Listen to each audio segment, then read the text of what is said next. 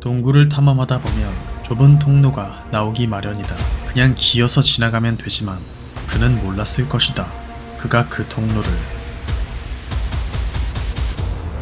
메꿔버리게 될 줄은.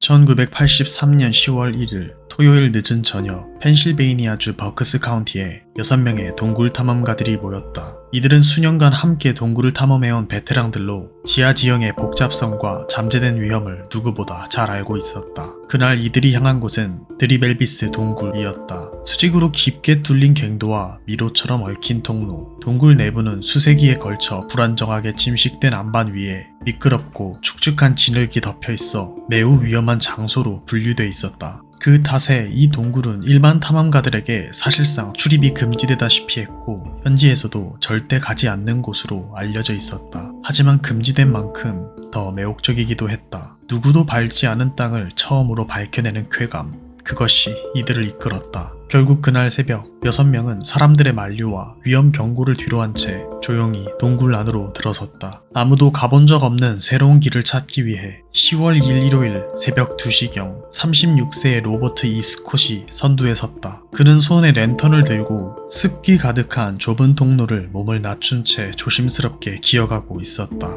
그 뒤로 나머지 5명의 탐험가들이 일정한 간격을 두고 조용히 뒤따랐다. 동굴 내부는 매우 미끄러웠고 조금만 간격이 좁아져도 서로 충돌하거나 넘어져 큰 사고로 이어질 수 있었기 때문이다. 내리막과 오르막이 번갈아 나타나는 복잡한 지형 속에서 그들은 아주 신중하게 팔을 뻗으며 앞으로 나아갔다. 탐험이 계속될수록 통로는 점점 더 좁아졌고 지형은 복잡하게 얽혀가며 그들을 더욱 깊은 어둠 속으로 끌어들였다. 이들이 입구로부터 약 200m 정도 들어간 시점, 선두에 있던 로버트 스콧은 내리막길을 맞닥뜨리게 된다. 그는 고개를 숙이고 몸을 최대한 낮춘 채 그 어두운 통로로 조심스럽게 기어갔다. 그리고 그가 조금 더 앞에 나아가려는 바로 그 순간, 그는 속도를 주체할 수 없었다. 스콧의 몸은 갑자기 중심을 잃고 앞으로 미끄러져 버렸다. 내리막길은 그렇게 가파르지 않았지만 끊임없이 스며든 지하수로 인해 바닥이 진흙처럼 질척이고 미끄러웠다. 그러나 운 좋게도 돌부리에 걸려 멈춘 그가 다시 중심을 잡으며 가까스로 일어서 보려 하는데 순간적으로 중심을 잃은 스콧은 그대로 좁은 구멍에 박혀버리고 만다. 양옆의 바위 벽이 그의 몸을 세게 조여왔고 주위의 모든 표면은 둥글고 진흙으로 덮여 미끄러웠다. 이 구멍은 약 24m 높이에 폭이 약 30cm 정도의 좁은 수직 통로였다. 그리고 이 틈새의 중간 부분에서 극단적으로 좁아져 폭이 약 20cm 밖에 되지 않았고 그 아래로 다시 넓어지는 구조였다. 수천 년에 걸쳐 자연이 빚은 이 지질 구조는 마치 누군가를 가두기 위해 설계된 완벽한 덫과도 같았다. 비명소리를 듣고 온 동료들은 스콧 쪽으로 빠르게 전진했다. 하지만 스콧은 동료들에게 오지 말라고 소리쳤다. 동료들 역시 지하 환경에 능숙한 탐험가들이었고 좁은 통로를 지나는 것도 수차례 경험했었지만 이번 상황은 완전히 달랐기 때문이다. 아무리 애를 써도 스콧은 혼자의 힘으로 그 틈새에서 빠져나올 수 없었다. 이를 지켜보던 동료들은 더는 지체할 수 없어 구조를 시도했다. 동료 한 명이 로프를 허리에 묶고 아래로 조심스럽게 내려갔다. 다른 이들은 위쪽에서 줄을 단단히 붙잡았다. 랜턴 불빛이 닿지 않는 그 깊은 어둠 속 동료는 스콧의 몸이 끼인 지점을 손으로 더듬어 확인했다. 하지만 그의 몸은 이미 양쪽에서 바위에 단단히 압착되어 있었고 진흙과 수분으로 미끄러운 표면은 손으로 잡거나 지렛대 역할을 할 만한 지점조차 없었다. 조심스럽게 그를 당겨보았지만 약간의 힘만 가해져도 스콧은 고통을 호소했다. 좁은 바위 벽이 그의 갈비뼈와 어깨를 강하게 눌렀고 억지로 당길수록 그의 몸은 더욱 깊숙이 밀려 들어가는 듯했다. 몇 차례 반복된 시도 끝에 동료들은 결국 한계를 느꼈다. 구조자는 다시 줄을 타고 올라왔고 스콧은 여전히 틈새 안에 끼인 채 신음하고 있었다. 몸은 아래로 더 빨려 들어갔고 고통은 점점 더 심해지고 있었다. 시간이 흐르면서 중력은 그의 몸을 조금씩 아래로 끌어당겼고 결국 그의 어깨 아래로 몸 전체가 더 깊숙이 밀려 들어가면서 바위 틈에 단단히 끼어버렸다. 이 상황은 더 이상 그들만의 힘으로 해결할 수 없는 문제임이 분명해졌다. 일요일 오전 9시 30분 7시간에 걸친 시도 끝에 결국 그들은 스콧을 그 자리에 남겨두고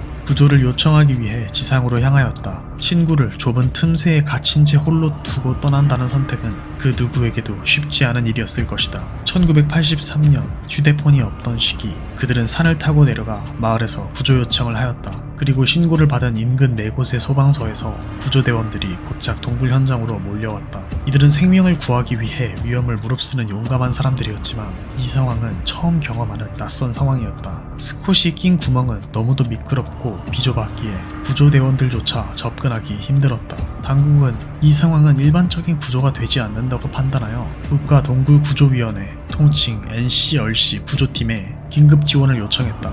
그리고 일요일 오후 9시 그가 구멍에 빠진 지 19시간이 지났을 때 고도로 훈련된 동굴구조 전문가 14명이 피츠버그에서 헬기를 타고 현장에 도착했다. 이들은 수년간의 훈련을 통해 극한의 지하구조 상황에 대비해온 동굴 구조 분야 최고의 전문가들이었다. 그들이 함께 가져온 특수 장비와 전문 기술은 오직 이런 긴급한 상황을 위해 준비된 것들이었다. NCRC 구조팀이 처음으로 스콧과 접촉했을 당시 12시간 이상 갇혀 있었음에도 불구하고 그는 여전히 의식이 멀쩡했다. 구조대원들과도 정상적으로 대화를 주고받으며 탈출의 희망이 피어나기 시작했다. 구조대는 위쪽에서 로프를 이용해 그를 조금씩 끌어올리려 했다. 위에서 줄을 내려주며 팔을 뻗어 잡으라고 지시했지만 스콧은 줄을 제대로 붙잡을 수 없었다. 왼쪽 어깨와 흉부가 바위에 강하게 눌린 상태였고 손을 들어 움직이는 것조차 고통을 유발했다. 줄을 잡으려는 시도가 반복될수록 그는 점점 더 신경이 날카로워져 몸을 비트는 움직임 또한 더욱 거칠어졌다. 처음에는 구조 요청에 반응하며 협조하려던 모습도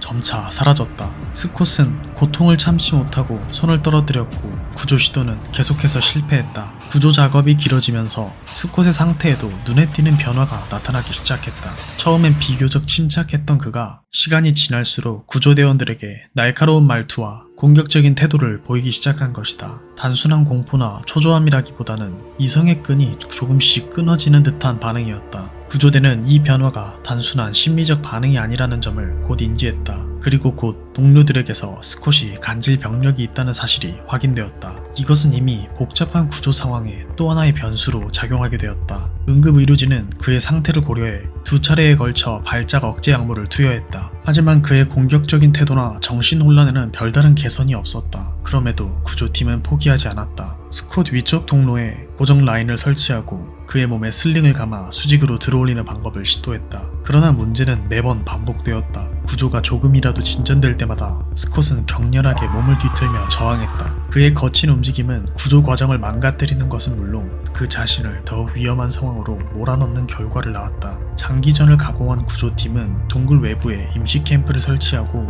구조 환경을 체계적으로 통제하기 시작했다. 스콧의 상태를 실시간으로 파악하기 위해 동굴 바깥에는 모니터링 장비가 설치되었고 그의 몸에는 생체 신호를 감지할 수 있는 센서가 부착되었다. 시간이 흐르며 밤의 기온이 더욱 떨어지자 구조대는 체온 유지를 최우선 과제로 삼았다. 드리벨비스 동굴 내부는 연중 섭씨 10도에서 15도로 유지되며 이처럼 낮은 온도에 장시간 노출될 경우 저체온증을 피해갈 수 없었다. 그러나 스콧의 몸은 바위에 단단히 끼어 있었고 옷을 더 입히거나 덮어줄 수 있는 상황도 아니었다. 결국 구조대는 제한된 조건 속에서 체온을 유지할 수 있는 방법을 고안해냈다. 스콧의 주변에는 다수의 열팩이 배치되었고 고출력 조명을 활용해 그의 몸에 직접적인 열을 전달하도록 조정되었다. 이 조명은 단순히 시야 확보용이 아닌 생존을 위한 열원 역할을 하였다. 또한 동굴 깊숙한 곳까지 연장 코드를 연결해 헤어드라이어를 작동시켜 따뜻한 바람을 그의 바지와 소매 속으로 불어넣어 주었다. 구조대는 따뜻한 커피와 핫도그, 도넛 등을 조심스럽게 전달했고 그는 이를 스스로 섭취할 수 있었는데 이러한 반응은 그가 여전히 생존 의지를 갖고 있으며 장기의 기능 또한 정상적으로 작동하고 있다는 긍정적인 신호로 받아들여졌다. 그러나 시간이 지날수록 스콧의 정신 상태는 점차 구조를 어렵게 만드는 방향으로 흐르기 시작했다. 그는 말수가 줄고 반응이 거칠어졌으며 급기야 구조대원들에게 고함을 지르고 욕설을 퍼붓기 시작했다. 구조 대상자가 오히려 자신의 구조를 방해하는 절망적인 상황이 되어버린 것이다. 현장에 있던 의료진은 진정제 투여를 제안했다. 하지만 현장에 배치된 주치의는 끝내 이를 승인하지 않았다. 좁은 공간에서 약물이 예기치 못한 반응을 유발하여 호흡곤란이나 구토와 같은 부작용으로 이어진다면 더 큰 위험으로 이어질 수 있다는 것이 그 근거였다. 그리하여 구조팀은 점점 더 급해졌고 결국 전례 없는 시도를 하게 된다. 구조대는 스콧의 몸 아래쪽에 공기 주입식 에어백을 배치하고 이를 부풀려 들어올리는 방법을 시도했다. 또한 그의 몸에 윤활유를 바르고 틈새의 바위벽에 비닐을 깔아 마찰을 최소화하려 했다. 하지만 어떤 방법도 효과를 보이지 않았다. 스콧을 가둔 그 틈새는 마치 자연이 사람이 절대로 나오지 못하도록 의도적으로 만든 것처럼 모든 구조 기법을 무력화시키는 복잡하고 비정형적인 형태였다. 다른 밀폐구조 구조물에서는 효과를 봤던 기술들이 이 독특한 지형 앞에서는 모두 무용지물이 되었다. 월요일 아침이 밝아오고 스콧은 이미 24시간 넘게 갇힌 상태였다. 오전 7시경 그가 또 한 차례 격분해 구조대에게 소리를 지르던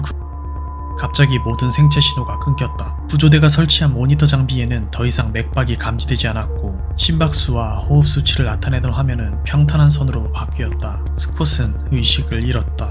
그의 몸은 24시간이 넘는 극심한 스트레스와 압박을 더 이상 견디지 못한 것이다. 구조대는 즉각적으로 산소 호흡기를 씌우고 정맥 주사액을 몸속에 주입하며 생명신호 회복을 시도했지만 그는 아무런 반응도 없었다. 그가 의식을 잃고 더 이상 몸부림치지 않자 구조팀은 더는 기다릴 수 없었다. 이제 고통이나 부상은 고려 대상이 아니었다. 살릴 수 있다면 그 어떤 방법이든 써야 했다. 구조대는 슬링을 그의 몸에 고정하고 수직 방향으로 끌어올리기 시작했다. 이 방식은 좁은 공간에서 압박을 받는 환자에게 의식이 있다면 참을 수 없을 정도의 고통을 안기는 절차였다. 하지만 지금은 그것이 유일한 선택지였다. 1983년 10월 3일 월요일 오후 12시 25분 로버트 스콧은 마침내 30시간 넘게 그를 가둬온 암벽 틈에서 끌려나왔다. 구조대는 아직 희망을 놓지 않았다. 극심한 저체온증 상태에서 일시적으로 의식을 잃은 경우 기적처럼 되살아나는 사례도 드물게 있었기 때문이다. 하지만 그들의 희망은 실현되지 않았다. 구출 직후